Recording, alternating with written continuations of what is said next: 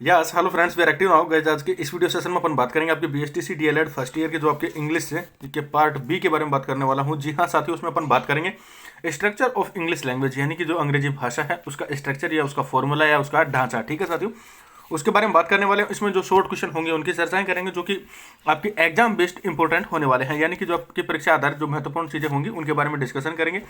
तो चलिए साथियों, बगैर देर की इस वीडियो की शुरुआत करते हैं। सीधी बात, नो बकवास। जी हाँ साथियों, हमारे कोड के साथ में आपके इस वीडियो की शुरुआत है और इसमें जानते हैं कि आखिरकार क्या क्या चीज़ें हैं जो हमें एग्जाम की दृष्टि से पढ़नी चाहिए इस टॉपिक से रिलेटेड। ठीक है साथियों, तो सबसे पहले हमारे पास में शॉर्ट क्वेश्चन आते हैं जिसमें आता है कि डिफ्थोंग या ग्लाइड क्या है। ठीक है, जिसको अपन अक्सर सारांश भी कह सकते हैं, जिसको शीर्षक भी बोल देते हैं अधिकतर। ठीक है, जो डिफ्थोंग या ग्लाइड होता है वो क्या होता है। ठीक है साथियों, a diphthong is a combination of two vowel sounds, मतलब कि दो जो स्वर होते हैं, ठीक है, उनकी ध्वनियों का एक कॉम्बिनेशन होता है, उनका एक संयोग होता है, या मैं इसे कहूं कि उनका एक जोड़ा होता है। उसको क्या कहते हैं? उसको कहते हैं अपन डिप्थोंग। ठीक है, क्लियर हुआ। ठीक इसी प्रकार से दूसरा आता है हमारे पास में कॉन्सोनेंट क्लस्टर। ठीक है साथियों, अब देखिए कॉन्सोनेंट का मतलब व्यंजन हो गया और क्लस्टर का मतलब आपका होता है वैसे झुंड, लेकिन यहाँ पे झुंड का मतलब नहीं है, यहाँ पे है कॉम्बिनेशन का। ठीक है, यहाँ पे कॉम्बिनेशन के लिए यूज हुआ है, जिसमें हमारा आता है जैसे when one sound is given by two consonant is called consonant cluster. ठीक है साथियों, जो यहाँ पे एम है इसकी जगह पे एन रहेगा आपका। ठीक है, इस चीज को आपको ध्यान रखना है।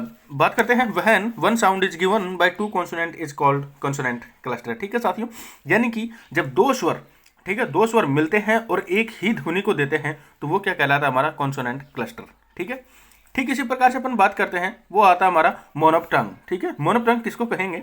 It is a single vowel sound, मतलब कि ये क्या होता है?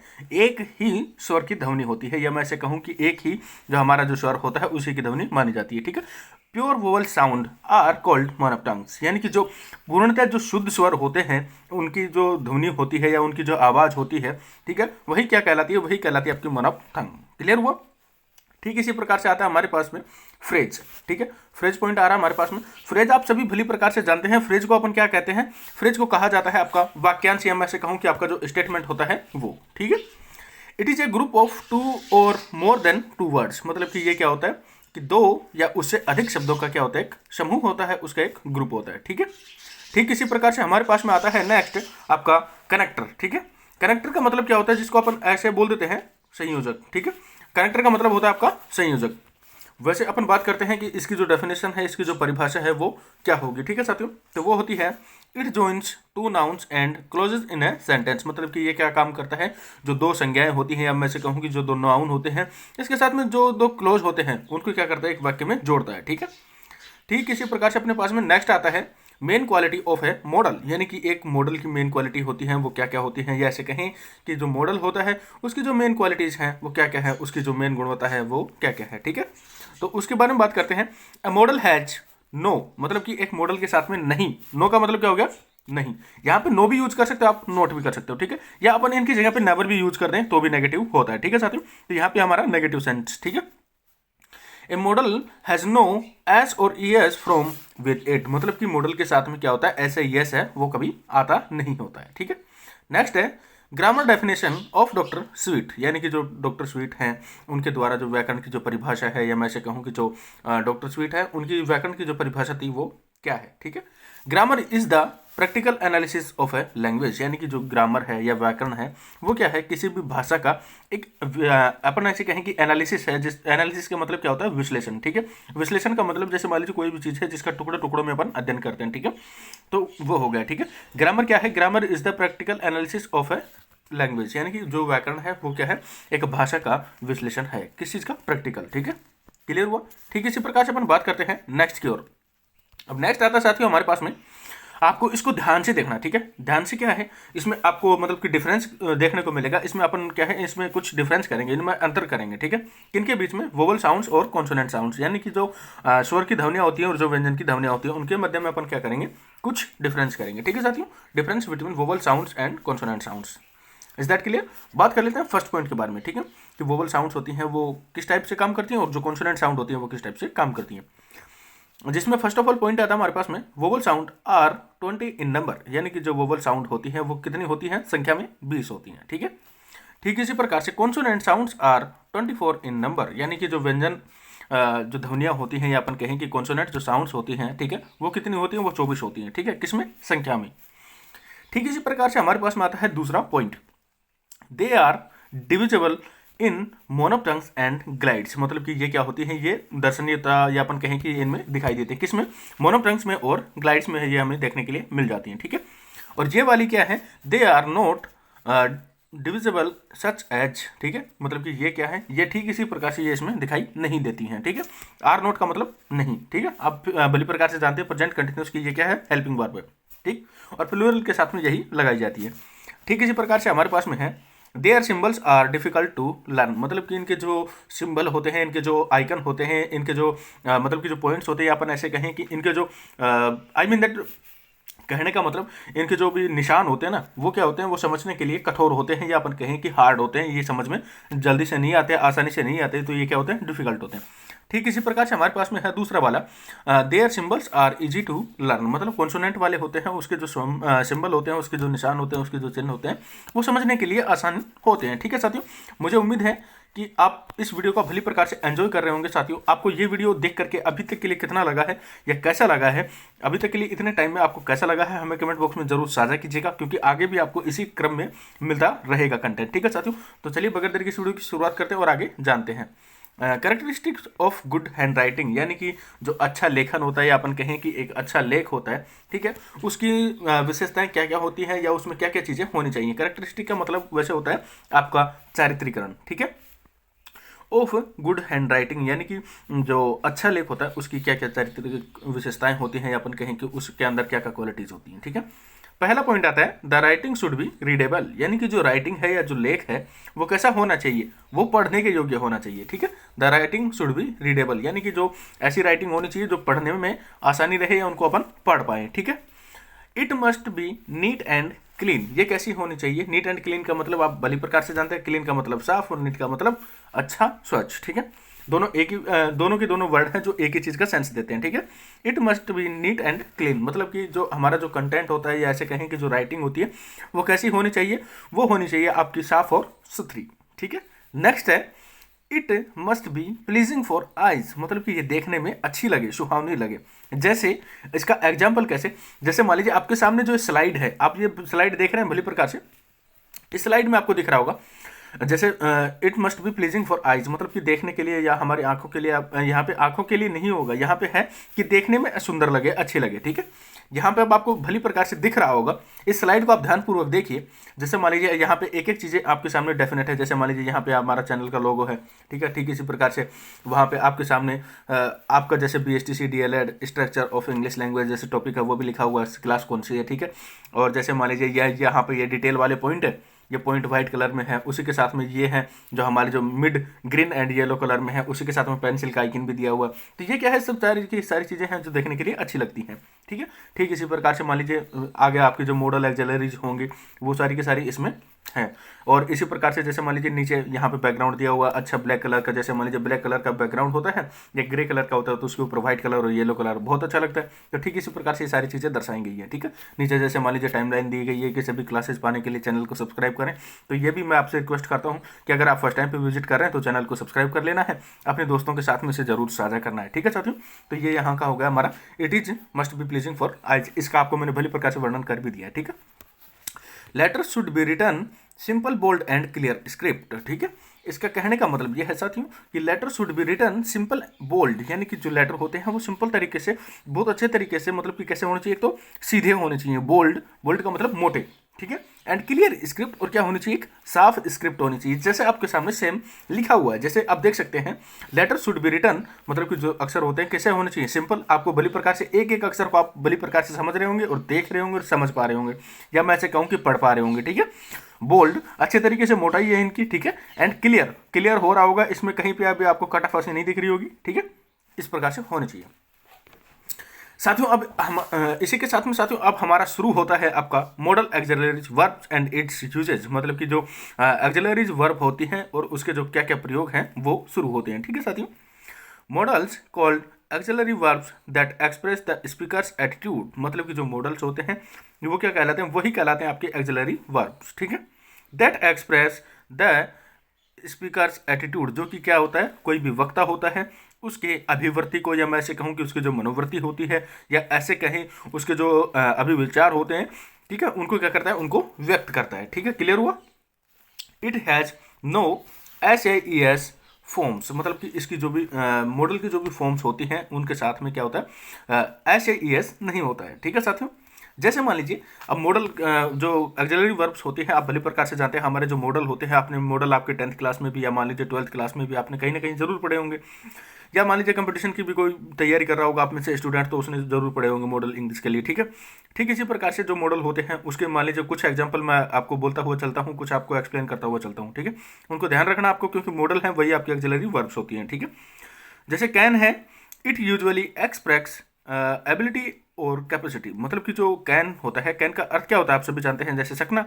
हाँ ठीक है, इट यूजुअली एक्सप्रेस मतलब कि ये अक्सर, या अपन कहें कि ये हमेशा दर्शाता है, कैसा दर्शाता है, एबिलिटी और कैपेसिटी, ये योग्यता और क्षमता को दर्शाता है। कौन सा, कैन वाला मॉडल। ठीक है, जैसे मान लीजिए आई कैन स्पीक पंजाबी, आपके सामने हो उदाहरण, आई कैन स्पीक पंजाबी, यानी कि जो पंजाबी है वो मैं बोल सकता हूँ, या मैं ऐसे कहूँ कि मैं पंजाबी बोल सकता हूँ। ठीक है, क्लियर हुआ साथियों। ठीक इसी प्रकार से अपन आगे की ओर बढ़ते हुए चलते हैं। साथियों आपको ये ध्यान रखना है, ये जो मॉडल ऑक्सिलरीज होती हैं ये जरूर एग्जाम में अक्सर देखने को मिल जाता है, क्योंकि जो भी प्रीवियस ईयर के जो पेपर थे उसमें भी आपको मतलब कि देखने को मिला होगा, आपने कहीं भी पढ़ा होगा, हमारे जो कुछ वीडियोस थे आपने उनको भी वॉच किया होगा, तो उसमें भी आपको बड़ी प्रकार से मिला होगा। ठीक है, दूसरा आता है हमारे पास में, जैसे मान लीजिए मे, ठीक है, जिसको अक्सर मई की स्पेलिंग भी बोली जाती है। ठीक है, इंग्लिश में इसको मे कहा जाता है। ठीक है, ये क्या होता है, it is used for permission, मतलब कि ये क्या होता है, अक्सर ये जो अनुमति होती है, या अपन कहें कि जो भी परमिशन होती है, ठीक है, उसके लिए काम में लिया जाता है। कौन सा,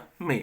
जैसे मान लीजिए इसका एग्जांपल है हमारे पास में, मे आई कम इन सर, यानी कि मान लीजिए आप क्लास में जब भी एंट्री करते हैं तो आप सभी कहते हैं, आप भली प्रकार से जानते हैं इस चीज़ को, कि सभी के सभी बच्चे क्या कहते हैं, मे आई कम इन सर, कि क्या मैं श्रीमान अंदर आ सकता हूँ, क्या, या अपन ऐसे कहें कि श्रीमान क्या मैं अंदर आ सकता हूँ, या ऐसे कह सकते हैं कि क्या श्रीमान मैं अंदर आ सकता हूँ। ठीक है, तो भली प्रकार से जानते हैं, आप क्लासों में गए होंगे अब तक, ऐसे तो है नहीं कि तुम में से कोई ना कोई तो ऐसा भी होगा कि माई कम इन सर, कम इन सर की जगह कम इन सर भी बोला होगा किसी न किसी ने। ठीक है, नेक्स्ट हमारे पास में शुड, जिसका अक्सर आप सभी जानते हैं, इसका मतलब होता है चाहिए वाला। ठीक है, इट एक्सप्रेस ड्यूटी, यानी कि ये क्या होता है, ये कर्तव्य को दर्शाता है, ड्यूटी को दर्शाता है। ठीक है, जैसे आपके सामने एग्जाम्पल है, every student should respect elders, मतलब कि जो प्रत्येक विद्यार्थी है, या अपन ऐसे कहें कि प्रत्येक, यहाँ पे स्टूडेंट्स की जगह अपन मान लीजिए यहाँ पे ऐसे कह सकते हैं, स्ट्रीट चिल्ड्रंस भी कह सकते हैं। ठीक है, या चाइल्ड भी बोल सकते हैं, वो भी चलेगा। ठीक है, every student should respect elders, मतलब कि जो प्रत्येक विद्यार्थी होते हैं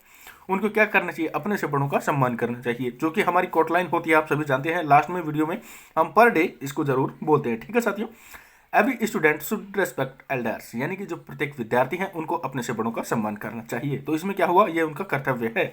ठीक है, ठीक इसी प्रकार से होता है मस्ट। मस्ट का मतलब क्या होता है, इट एक्सप्रेस नेसेसिटी ऑब्लिगेशन। ठीक है, ये क्या करता है, ये ऑब्लिगेशन यानी कि बाध्यता होती है, जो नेसेसिटीज होती हैं उनको व्यक्त करता है। ठीक है, कैसे, you must enter the exam hall in time.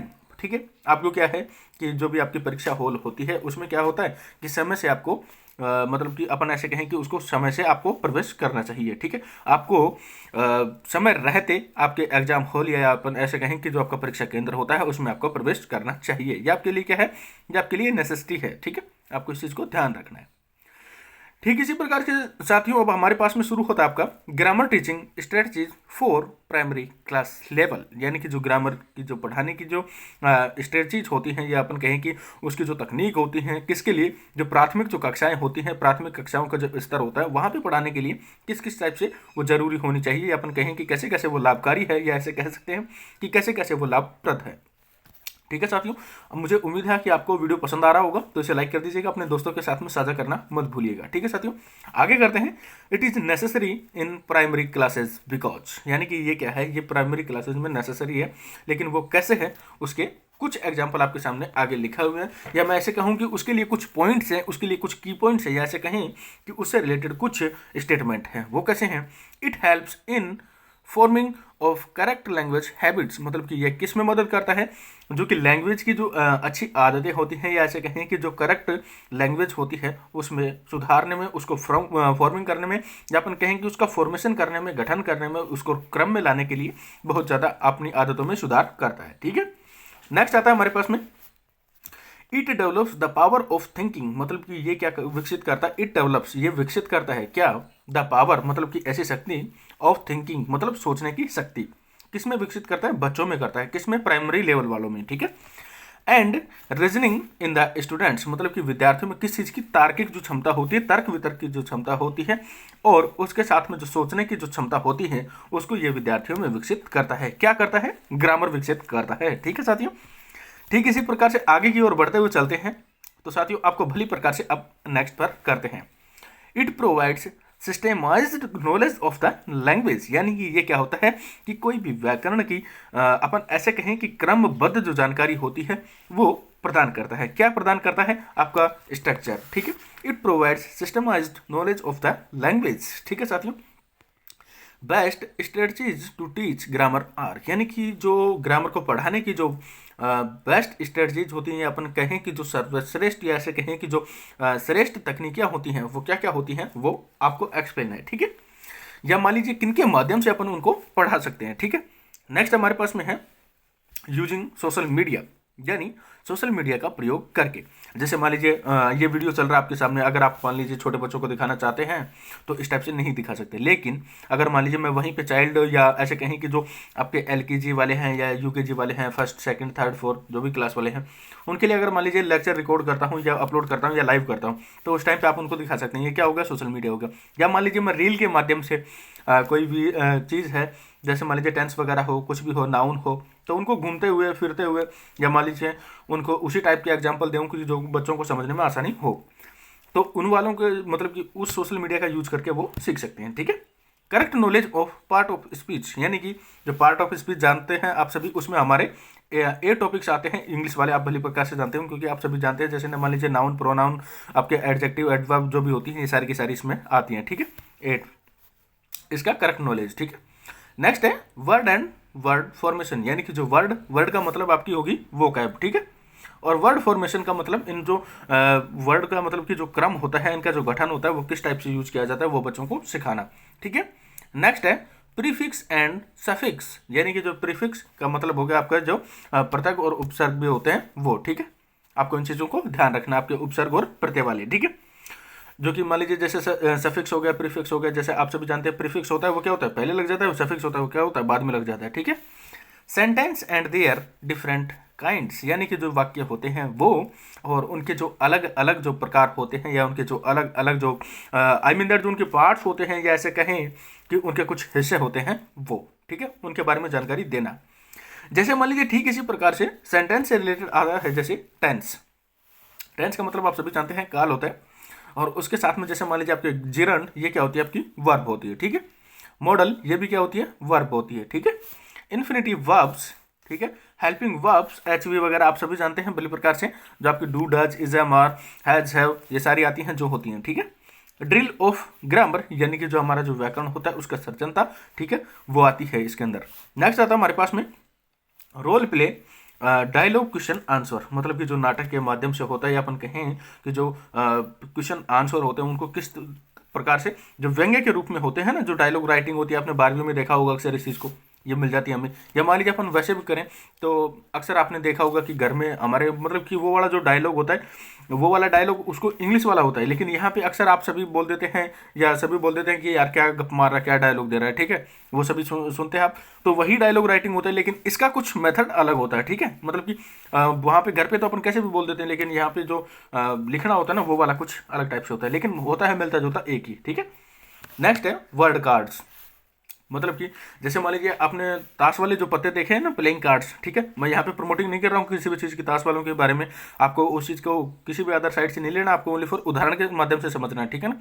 Word cards यानी कि जो प्लेइंग कार्ड्स होते हैं, आपके ताश के पत्ते आपने देखे होंगे, उसमें आता है ना, जैसे कि मान लीजिए दो जो साइड होती हैं वो ब्लैक होती हैं और दो होती हैं जो रेड होती हैं, ठीक है ना, जिसमें से 4 पार्टीशन होते हैं 13 के, ठीक है। तो इसी टाइप से आपको क्या करना है, वर्ड वाले जो कार्ड्स बनाने हैं, ठीक है ना, और उन कार्ड्स के माध्यम से सिखाना, ठीक है।